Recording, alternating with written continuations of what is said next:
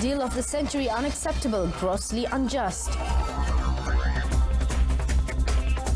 Finance Ministry to meet tourism sector players over coronavirus crisis.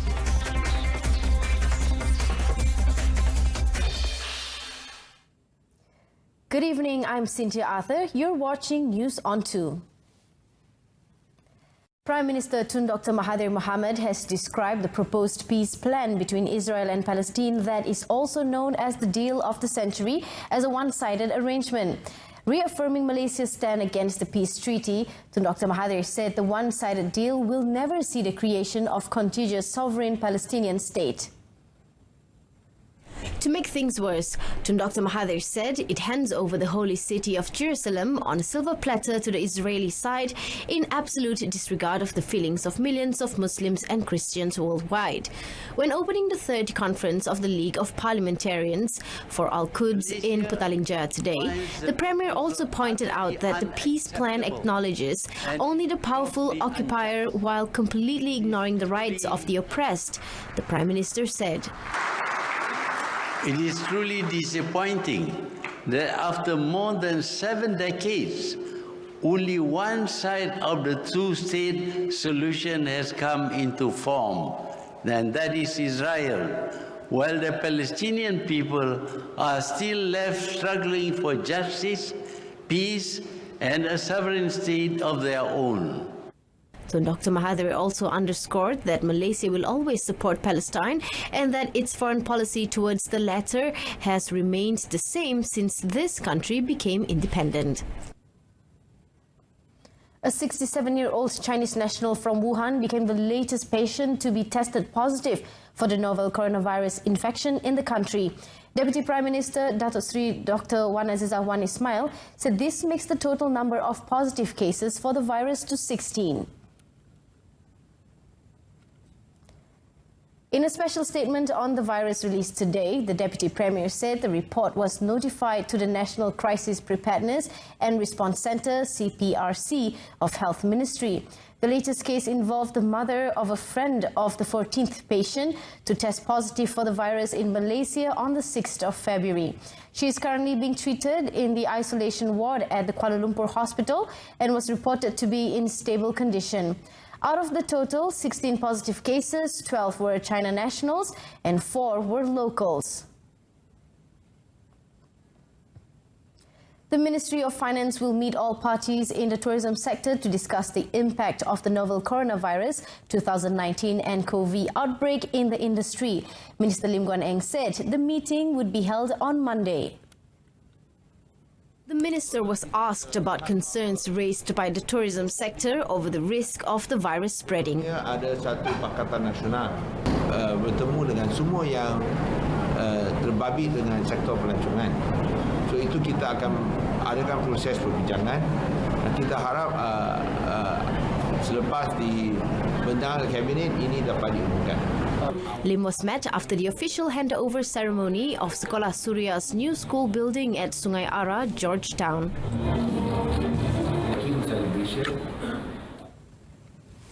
Meanwhile, the tourism industry in Johor is expected to take a hit for the next 3 months following the spread of coronavirus.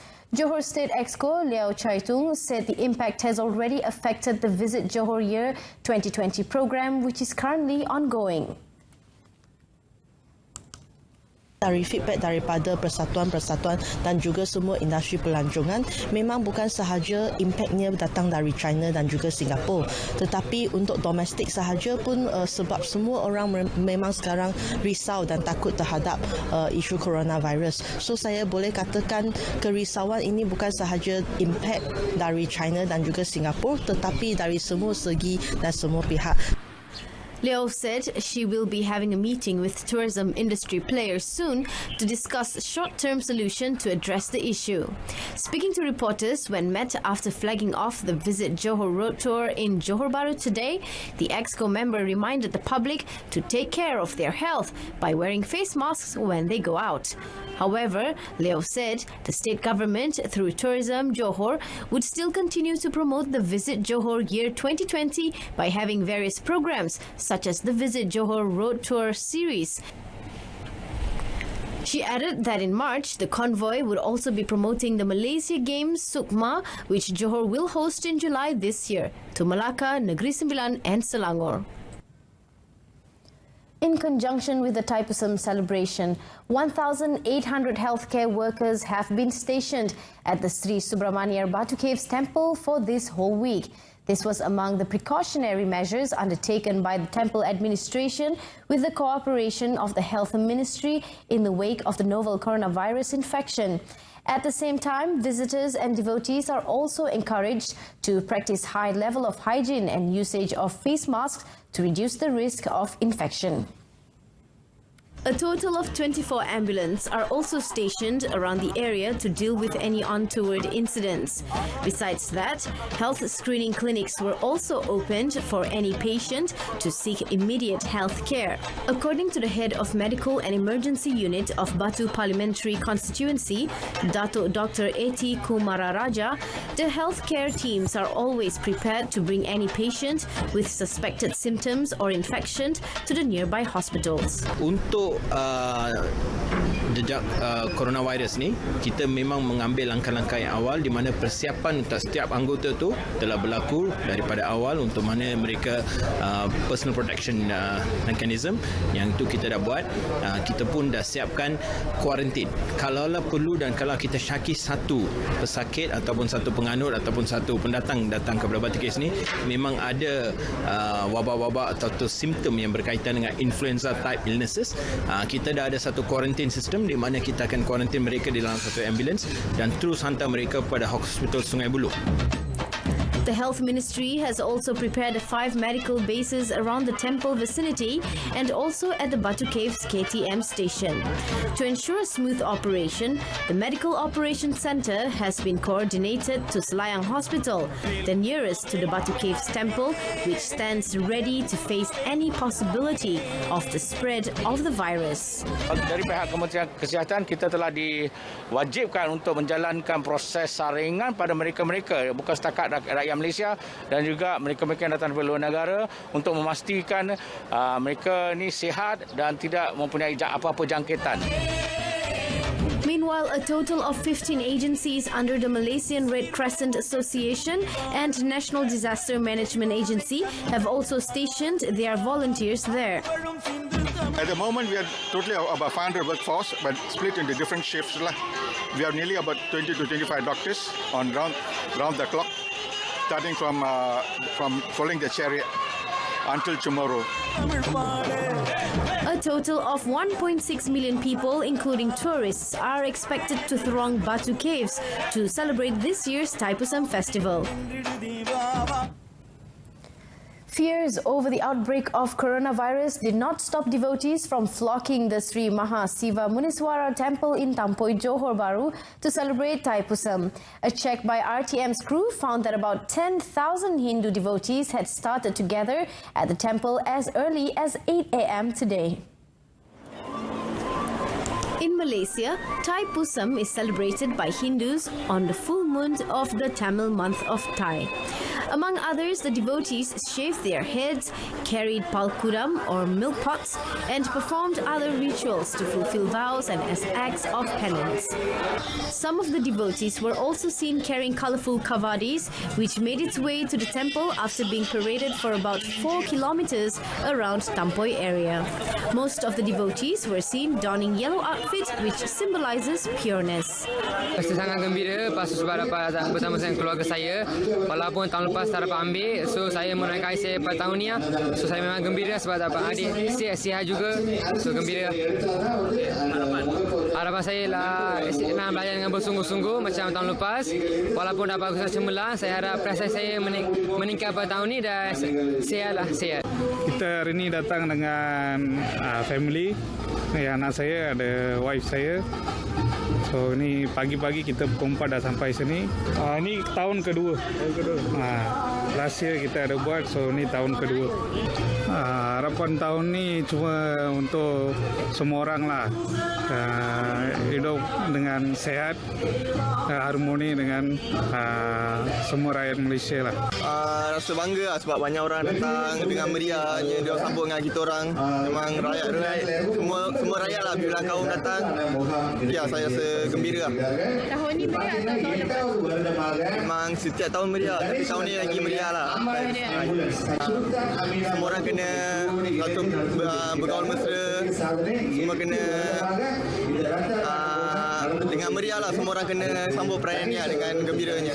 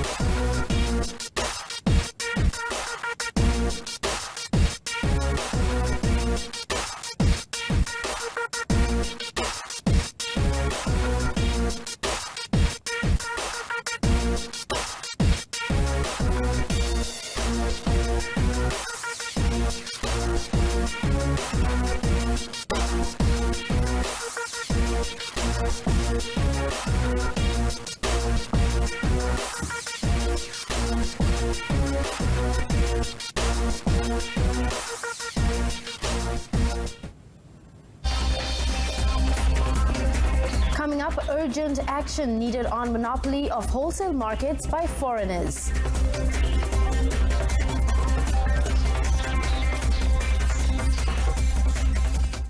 A special committee involving 5 ministries will be set up soon to address the monopoly of wholesale markets across the country by foreign nationals.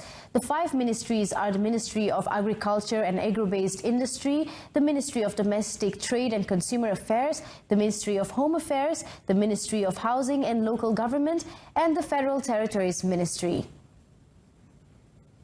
Minister of Agriculture and Agro-Based Industry, Dato Sri Salahuddin Ayub, said a meeting will be organized soon to discuss the matter and ways to overcome it.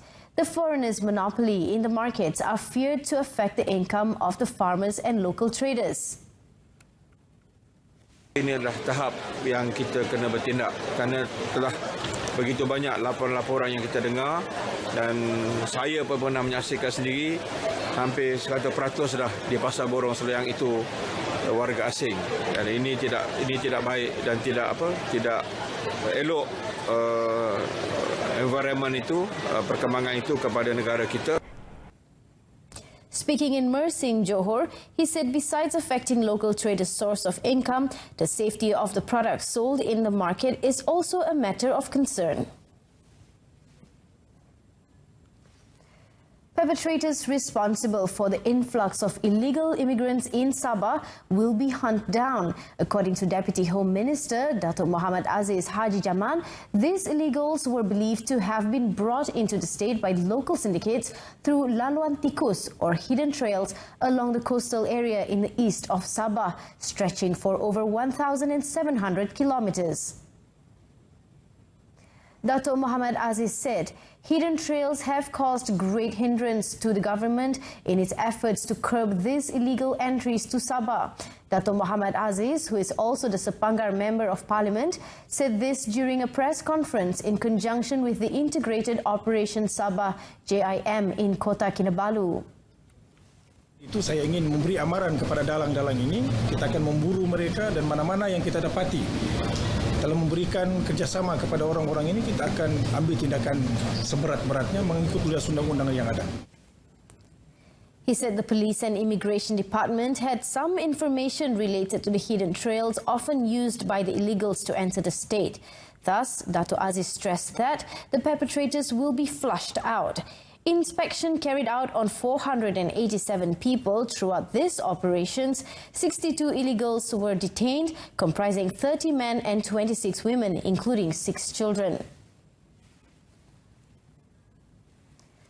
The police arrested 16 locals for gambling in a raid dubbed Obdadu at a coffee shop at Jalan Paya Terubong, Pulau Pinang yesterday. Pulau Pinang Criminal Investigation Department Chief Dato' Zainul Sama said during the raid that was conducted at 9 p.m, those detained aged between 20 and 55 included the organizers of the gambling activities.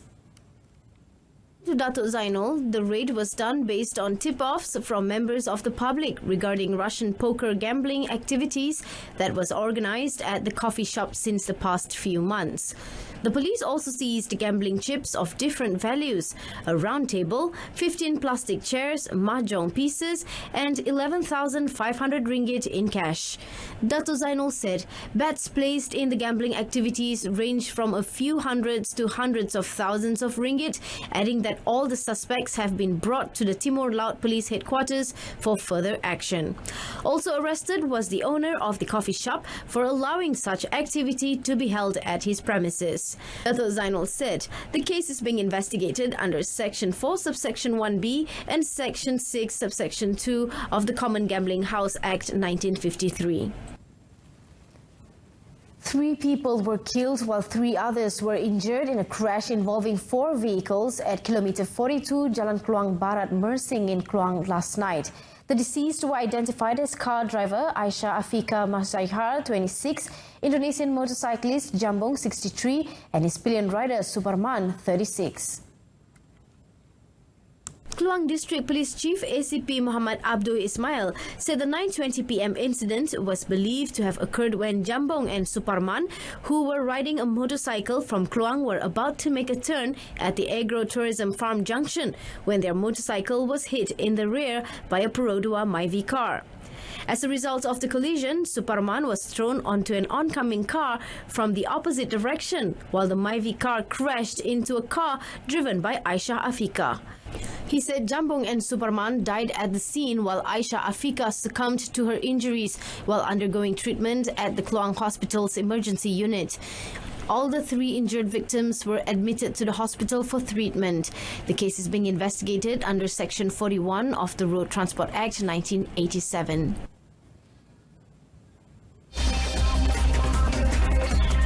Panic buying hits Singapore after virus alert raised. That and more coming up in our foreign segment.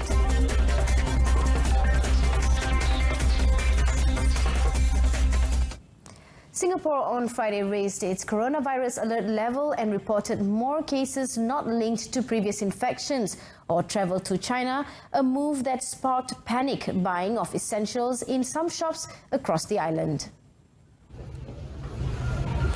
As Singapore's infected tally hit 33, the alert level was raised to orange, a level reached during the 2003 severe acute respiratory syndrome outbreak and the 2009 H1N1 influenza, which indicates the virus is severe and passes easily between persons.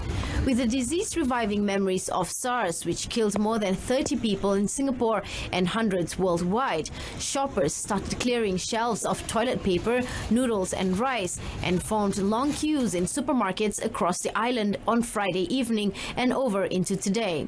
Singapore's highest alert level is red, which indicates the virus is spreading widely and can result in major disruption, such as closing schools.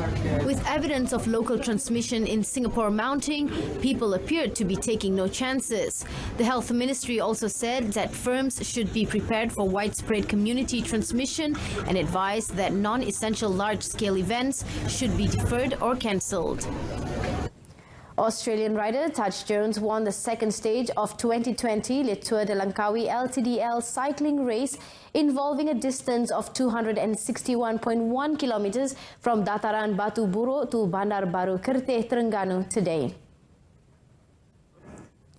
The ARA Pro Racing Sunshine Coast cyclists crossed the finish line first, ahead of remaining 9 top finishers in a bunch sprint with a total time of 4 hours and 5 minutes and 29 seconds. NTT Pro Cycling Team cyclist Maximilian Richard Walschild of Germany, who won the 2020 LTDL Curtain Raiser Kota Kinabalu International Criterium last Thursday, came in second place, while the French rider Jeremy Lecroix of Airbnb Hotels Vital Concept in third. Malaysian rider Muhammad Harif Saleh of Terengganu Inc. TSG cycling team, who finished in 4th place in today's race, won the white jersey as Best Asian Rider. That concludes this evening's News on 2. In our top story, deal of the century, unacceptable, grossly unjust. I'm Cynthia Arthur. Stay tuned to TV2 and have a pleasant evening.